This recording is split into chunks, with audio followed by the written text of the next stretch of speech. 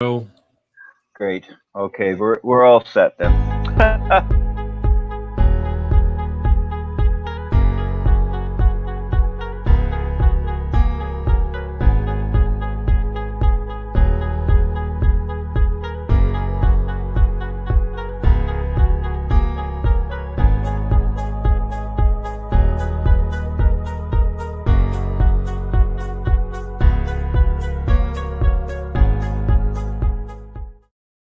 good evening, everyone. Welcome to another broadcast for Iowa Pagan News on the Prairie Land Radio Network.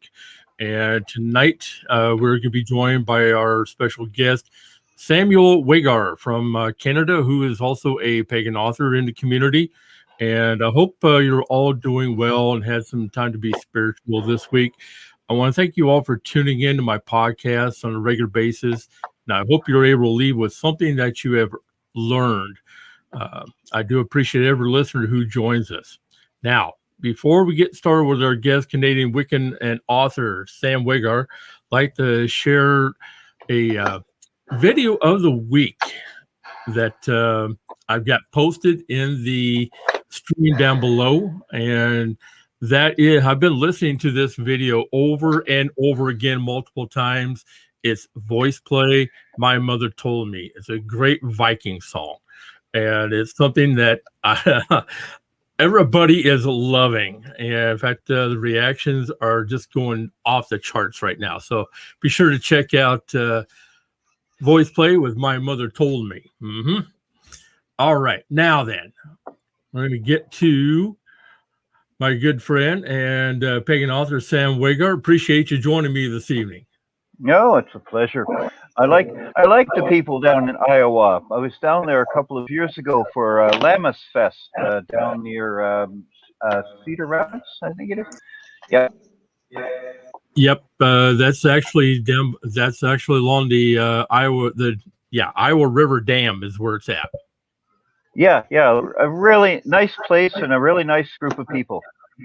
Yep, I definitely agree with you there, and I haven't had really a chance to attend, but I'm really hoping to if they're going to do it this year. So I'm still looking for announcements from them. So we'll see. No, I hope so. I understand there's real problems with how many people are not getting vaccinated in Iowa. So yeah, I sure would be careful. Well, I've got my first one, but due to the fact that I already had the bug last year, it had a really bad side effect on me. So I've already been told not to get the second one. So like, okay. Yeah, I know that's well. We could all talk about about the bug forever, but I guess we're supposed to talk about pagan stuff. So there we go. Yeah, I know it's going to be the new normal, but we'll see what happens here. Now, you are a author, a minister, high priest, mentor, and the list goes on and on. Yeah, I also make mead. Oh, you make mead as well. Cool. Yeah, I taught a workshop on making mead when I was down in Iowa a couple of years ago. Oh, it's been a while since I've had some really good mead.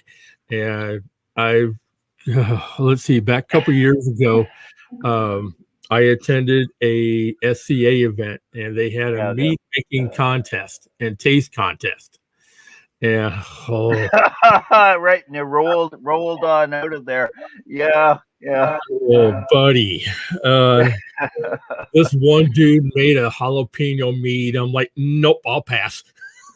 Oh God. Yeah, I tried that recently. I've got like 4 bottles. I'm a little too ferocious for me. Well, let's see now. With your devotion to academia, politics, and your religion, you have broke through many barriers for Canadian Wiccans. So yeah, basically, what got you started with all that? Oh well, I was when I was a young man, I was active in the anti-nuclear and anti-war movements back in the late 70s and in the 80s. And when I became a pagan, I just continued to be an activist. I continued to want to do stuff. And I have this habit, when I see something needs to be done, and nobody else is doing it, I figure, well, why the hell can't I do it? So that's as simple as that.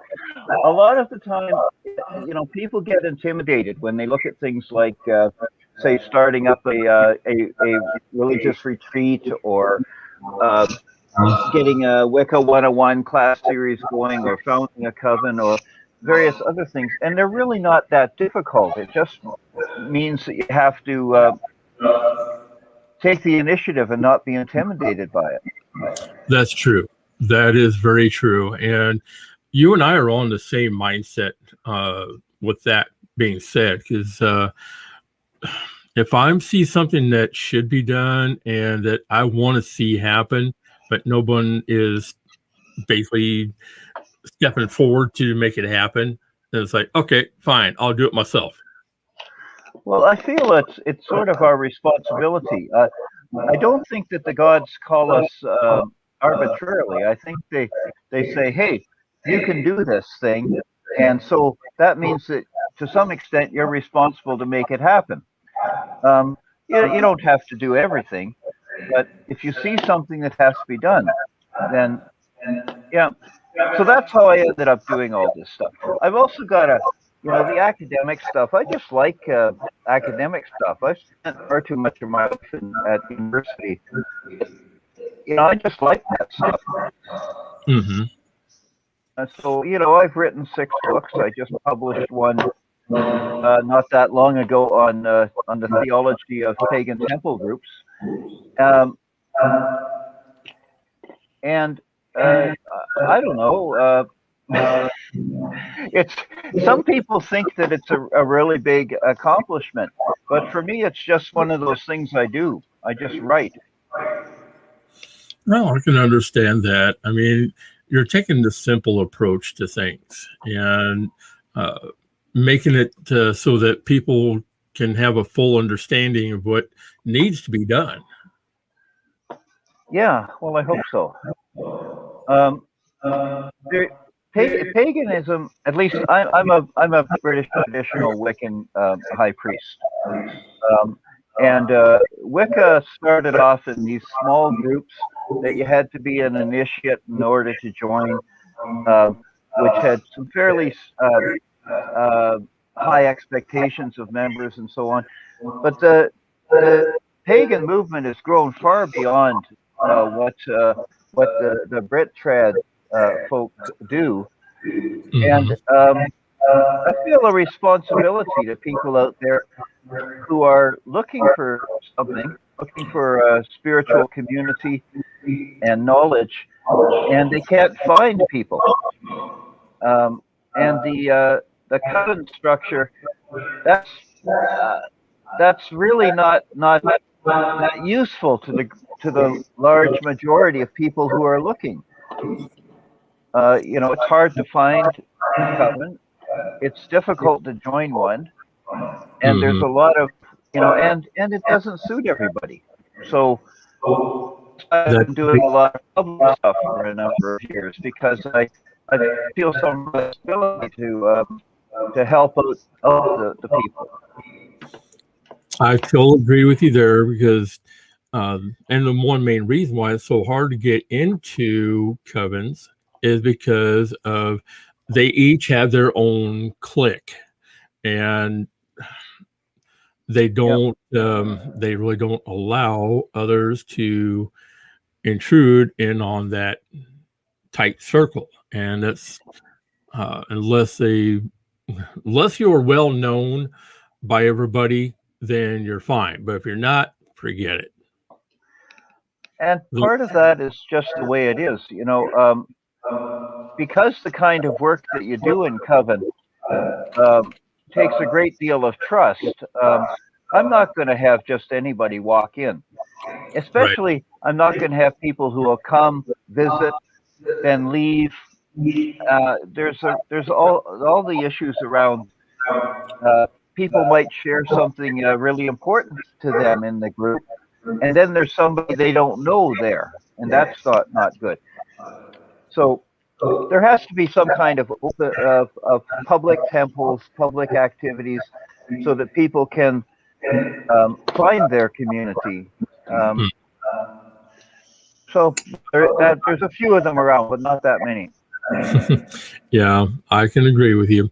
And then let's see. One other thing I was going to mention here is that now you've also been a successful part of the one of the organizations here in Canada, Pagans for Peace Network. Yeah. So tell me about that one. Oh, okay. Well, really, I don't know if you'd call it a success.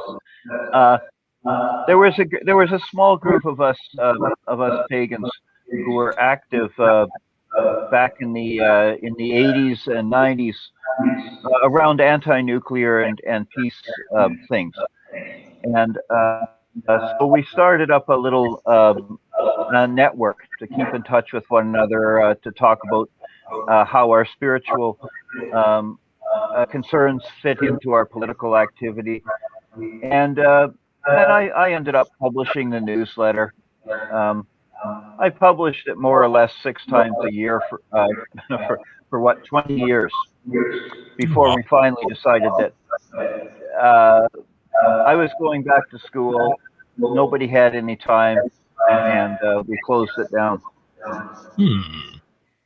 But out of that, some things did come. I mean,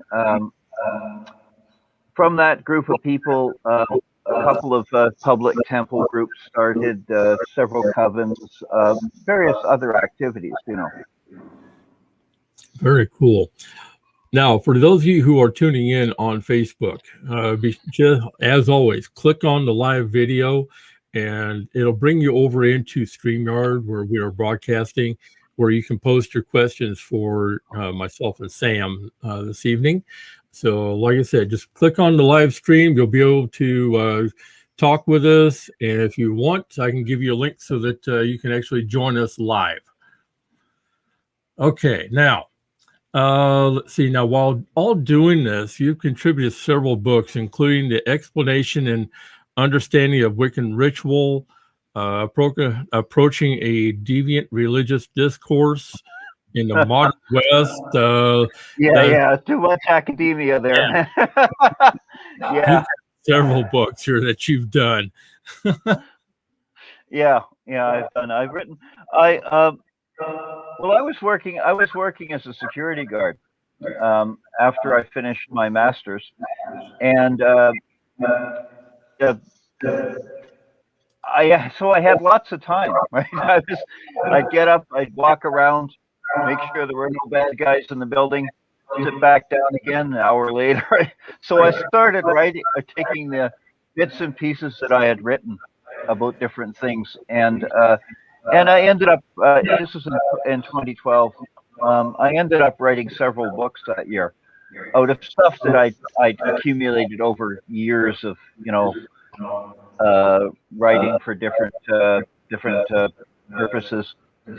So I wrote a book on how to start a temple, because I had started up a temple, how to start a temple, how to train clergy people. I wrote one on ecstatic and trance practices, which I think is the one I sent to you, which included some reflections on the Great Rite and some of the other particularly Wiccan ritual stuff. And I wrote one on doing on ritual in general, how to write good rituals, how to perform rituals, those kinds of things, all stuff that I'd been doing for years. So yeah, that was a very productive year, I'll tell you. 3 books in 1 year. That was pretty damn good. They're all massive bestsellers too. I mean, I may have sold 100 of each of them or something. Nice. Well, as I say, always having a good book on how to put together a ritual and what all is basically needed and the steps to take. That's always good for people to know, because I know that when it comes to especially opening and closing rituals, granted, I know a lot of people just kind of wing it, or they may have something written up that they'll use, but yeah, always having a good book to reference to is good to have. Oh yeah, well, I live in my library, so I'm all about having the books. I've got about 2,000 books sitting around me here. I think it's books are very handy, but really we have to find ways to get people doing more stuff. And that's much more important than reading about it. And I'm not quite sure how to do that. I've started up different activities over the years. I started a temple and an association of temples that now has member groups in 3 provinces. And I've started up a religious retreat and those kinds of things. I mean, I like writing the books, but it's getting people out to do stuff that really makes me happy. Yeah, because we have a lot of new people coming into their own path, and I see questions posted practically every single day for recommendations on good books to have and where they can go to learn. And it's like, I tried my best to give people a positive place to steer them in the right direction to get the right books that they need to have, and steer them in the right direction to the right people to learn from. So that information is always good to have. Yeah. I'm a member of an elders group, and about a year ago, a bunch of us were sitting around talking about all this influx of brand new people who don't know their ass from their elbow because they're brand new, right? So and we thought, what can we do to help them out? We obviously can't take on 1,000 or so students each, but so a bunch of us joined this newbies group. I don't say which one because there's a bunch of them around. This one's gigantic. It's got like 200,000 people in it right now. Theoretically, I mean, I'm sure most of them don't ever read it anymore. And it's all the same questions, right? What is this crystal? I don't know. It looks like a piece of glass to me. What is this crystal? What book should I be reading? And I'm not putting down these people for not knowing anything, because they're brand new. They don't know anything. But there has to be some way that they can talk to people who are experienced, who do know stuff, so they aren't constantly like just talking to one another, and that's frustrating. I mean, how long have you been involved in this kind of stuff? Well, I started off back in 2003. Okay, so a good long time. Yeah, a good friend of mine had introduced me to the local CUPS group. That was very helpful for me. A great group of people. I mean, the Unitarians are a little bit too wishy-washy for me. There isn't a lot of real hard edge to them, but they're really nice people, and they're really a good, safe place to learn stuff, and a good group to hang around with. Yeah, I started quite a bit before you. I mean, I was started in 1982, and I was initiated in 1985. So it's been a long time. I mean, there's differences, right? Like now, you can go online, and you can have thousands and thousands of people who don't know a damn thing talking to each other about it. and when I started out, it was really hard to find anybody who knew anything, but at least you weren't sort of like drowning in too much information about nothing. So Yeah. different set of problems, I guess. Yeah, I can understand that, because in fact, it seems like you've been around since the time. Well, basically, you've been around as long as like people like Oberon and Selena, and Yeah, they predate me by a few years. I'm Starhawk's grandson, right? She okay. initiated the person who initiated me. She's about 10 years older than I am, so that's about where it is. I'm 64, so. But yeah, I mean, things have changed a lot, and part of what we have to do if we are to have the pagan community not just sort of dissolve into the new age or something, is we have to start building institutions. We have to start finding well-established, hopefully well-funded places for people to go. Hey, is there anybody writing us, asking questions? I could talk forever, but that's not as much fun as answering. Well, so far, we don't have any comments yet, but I know that we've got people listening. So, good. That's the start. Yeah, definitely be encouraging people to chime in on this one, because there's a lot of information that a lot of people can learn from you. Now, one other question I've got here for you. Now, with you being as busy as you are and accomplished a huge amount of great things, can you tell us a bit about how you keep your spirituality active when you're so busy? Oh, okay. Well, I'm basically retired now, so I actually have a lot of time. How do I keep it? A lot of it is I get a lot out of teaching. I really love. I've got a couple of students that I can meet with online, and I really enjoy having that mentoring relationship. That really keeps me going. I do little things at home, but I haven't been able to have a coven, of course, for the last year because of the epidemic, and so it's there. For me, it's not as satisfying to just do stuff with myself. I like to have other people do things with. So having my students really helps. That's always a good thing. Mm-hmm. All right, now let's see. We're going to keep on rolling here. Now, the pagan community itself has evolved quite a bit since you first started off. Now, in what ways do you think that it could use improvements? Okay.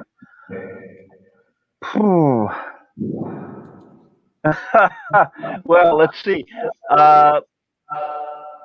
They could make me Pope, I mean, that's, no, don't anybody take that seriously, please.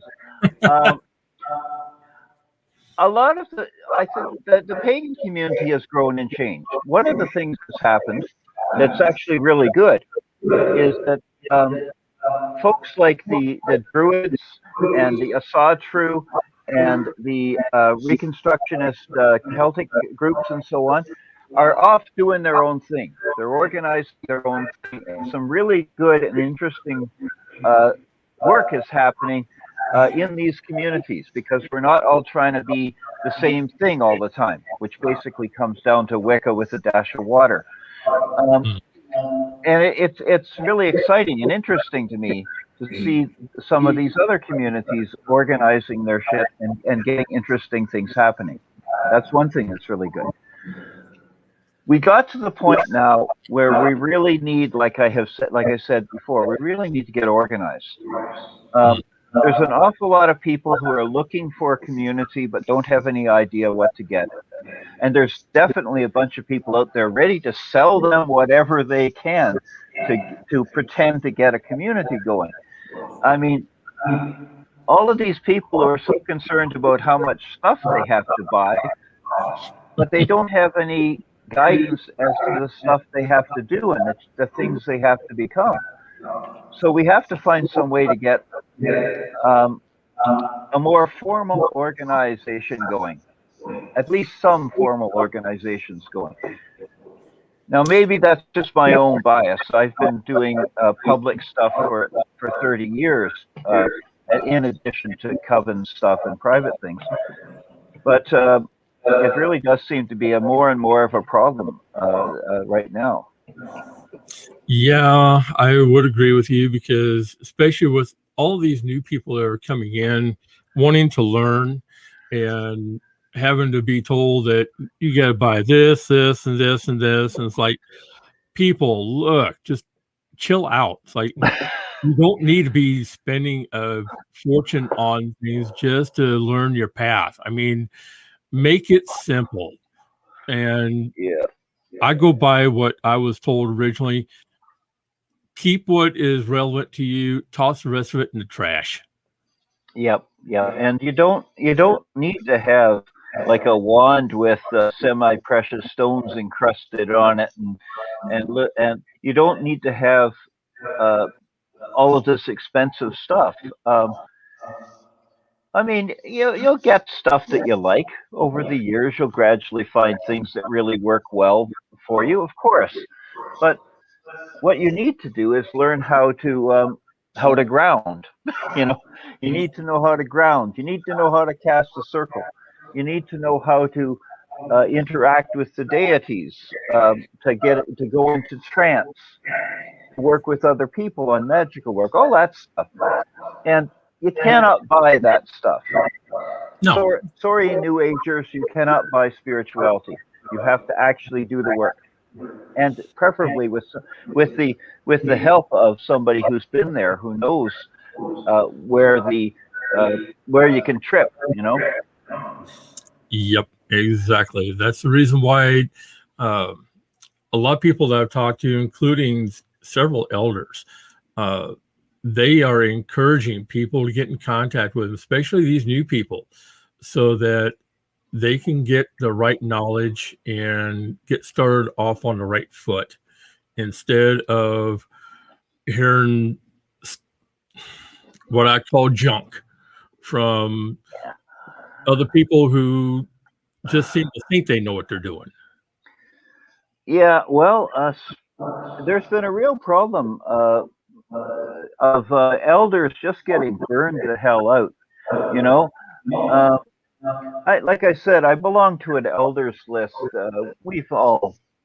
I mean, I'm not. I'm what used to be one of the junior members, but some of the older folks have died. But a lot of us just decided that people weren't going to listen to us. They were much more interested in buying crystals. So why should we bother, right? And that's I don't act that way. For me, my path has always been about working with others and communities building and all that kind of thing. But I really understand it. Which is to me, I mean, it is a little sad that it's gotten to the point where most of our elders are burned out. And well, people have been shooting at them a lot. There's people. This has always been true. It's been true since I was a baby pagan myself. That every time somebody starts to accomplish something, there's 4 or 5 people who are there ready to chop them off at the knees, and it just gets pretty. I guess it's wearing after a while, Yeah, I can imagine so. And granted, I know that we've got one elder in particular that she's also an author over in Australia. She put out the Pagan Elders book, Tamara. And is that Tamara Pierce or Tamara Forsman? Oh, okay. Yeah, well, you'll have to tell me the name of the book again. Pagan Elders, I haven't heard of it, so I'm interested in it. Yeah, she wrote a complete book on pretty much all of our elders from the past up to current right now. Oh. And she did it was very well done. She basically highlighted pretty much everybody and all the accomplishments that they had made in the community. To me, it's a really good book to have. And sounds like it. I'll have to see if I can get a copy. Yeah, all you got to do is call over to the Buckland Museum because they've got them. Oh, okay. Yeah, all right. I'll see then. Okay. What's the name of it again? Tamara Forsland. Better spell the name. Okay, that's Forslund. Oh, okay. Yes, I've heard of her, but yeah. And the book is the Pagan Elders book. Yep. Okay, thank you. Not a problem. Yeah, I've got a couple of collections of pagan books interviewing different pagan elders, and I'm, it'd be interesting to get another one to see what stuff she has to say. Yeah, I had a conversation with her not too long ago, and she's actually encouraging people to reach out to her because she's like you. She's wanting people to be more active and to learn the important stuff of what they can expect to find along their path, and so that they get started on the right foot. Oh yeah, right. I mean, there's enough jerks out there who are just looking for eager young folk, particularly cute young women. And we just don't need those jerks to be defining or determining what people's experience is. That's really not something I want to see happening. True. But if people are desperate, if there's no other place to go, then they'll end up in the hands of charlatans. Yeah, and there's already been too many cases of these so-called leaders who are following a left-hand path that is not exactly desirable. Yeah, no, I agree with you. But that's another thing. We don't have a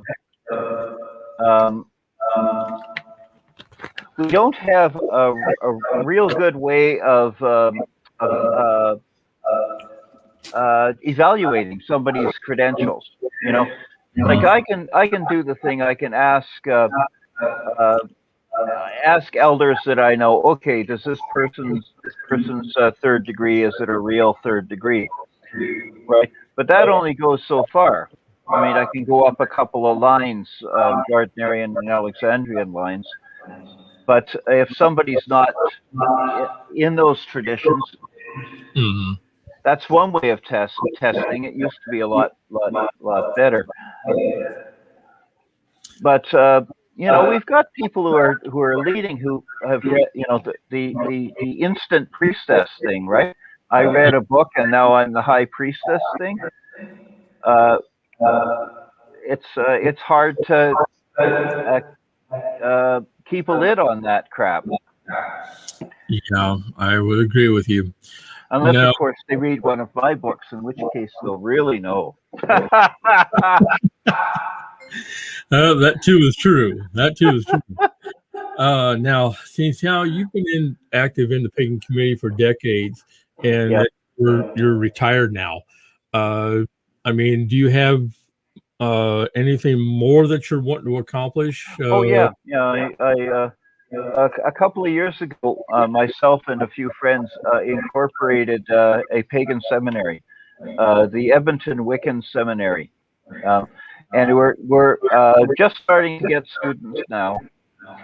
And our goal is to equip a small number of pagan clergy every year who are able to start up and run new temples, because I really think that that's one of the things that we desperately need.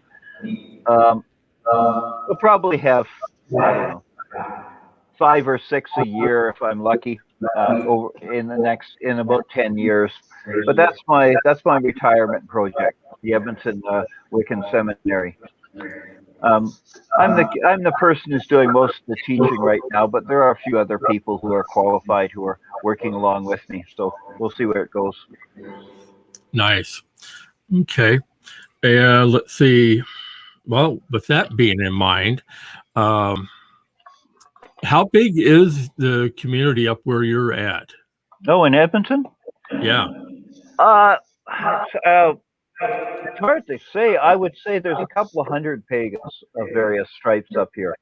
There's a pretty solid Asatru community. There's a fair number of people doing that neo-shamanic thing. Very small number of druids, and Wiccan community is fairly large. But it's we have an annual festival that happens every year, Pan Fest, which is about 100 to 120 people show up, and a few other public events that happen. We support one bookstore. So it's not a large community or super active, but there's a few people around. Very nice. Very cool. Okay, now you want to tell people where they can still find your books? Oh, Amazon. I did the easiest possible route. Self-published them and stuck them on Amazon, and so that's where they can find them under Samuel Wagar. And they're all priced cheaply. I'm not trying to make any money. I just want to get the word out. So I think they're like $10 each or something like that. Very cool. Well, people will definitely have to search Amazon for your books and figure out which ones will work for them and their path, and hopefully that they'll be able to get a lot of good information out of them. Well, I hope so. I want them to be practical and useful. I mean, I wrote a memoir as well and stuck that up there, and that's not going to provide an awful lot of practical and useful information for anybody. But the other ones are pretty organized towards stuff that people can use. Do you have any other books that you're working on right now? Yeah, I'm working. Well, I've got a manuscript of Canadian occult history, which is an outline. I did my master's on theosophy and politics in the 1920s, and so I know quite a bit about the latter part of the 19th century and the early part of the 20th century. But only a bit here and there in other areas. I'm not sure. So that's one thing. I also I was working on a doctorate in practical theology, and I ran out of money before I completed it. But I've got all of the research and a half-written dissertation. So I'm working on trying to turn parts of that into books as well. Very nice. Well, definitely have to be on the lookout for those as well. Once you get those done. Yeah. Well, I just like to write, and I like ideas. I'm always really interested in how things work together, and so it keeps me from wasting all my time on football or something. Oh, that's probably a good thing. Yeah, well. So yeah, I'm a Canadian. We don't have any decent football teams up here. Hockey, now that's our sport. I would say that's the thing that's up there in Canada is hockey. I know that. You bet. Yeah. Okay, now, one other question I was going to have here for you, right off the top of my head here. Okay, I just had a complete mind blank. Sorry about that. But I definitely want to thank you for being a guest tonight and taking time out to join me. Do appreciate it a lot. And I'll be definitely picking up some of your books off of Amazon myself to add to my library. Oh, good. Oh, it's a pleasure. It's a pleasure to chat with somebody. And hey, I thought Iowa. I like people in Iowa. So what the heck? I'll talk to you. Okay, so I guess we're done pretty well. Yep, I think we're pretty much covered everything for the night. And if people do have questions, I know that they can find you on Facebook. Yeah. I've also got a YouTube channel. I put up the lectures to there was a course I taught at the University of Alberta a couple of years ago on Introduction to Wiccan Theology. And I put the lectures to that up on my YouTube channel. So if people want, some dry, boring academic conversation, that's where to go. Alrighty. Okay, so you take care of yourself, Earl, and talk to you again. Bye-bye. Appreciate you being on the show tonight, and thank you for all that you've done for the pagan community and to our friends up north. It's people like you that showcase how our motto here at IPN, community through unity, can make the world a better place. And I wish you success in all your endeavors that you've got in your retirement, and definitely look forward to talking again. All right, this has been a broadcast of Iowa Pagan News with my special guest, Samuel Wagar from Canada, a well-known author, and he has accomplished so much for the pagan community. I definitely encourage people to go out to Amazon, look for his books, and like I said, take in what you feel is good for you and just toss out the rest of the trash. Pleasant journeys, everyone. Please stay safe and enjoy your weekend. As always, if you have questions, email me directly at earl@iapnradio.net. Also, Iowa Pagan News at Gmail. Also, check out the YouTube video or page for Iowa Pagan News, and be sure to become a member and follow and subscribe. Appreciate it. Pleasant journeys, everyone. Have a good night. We are out of here for tonight.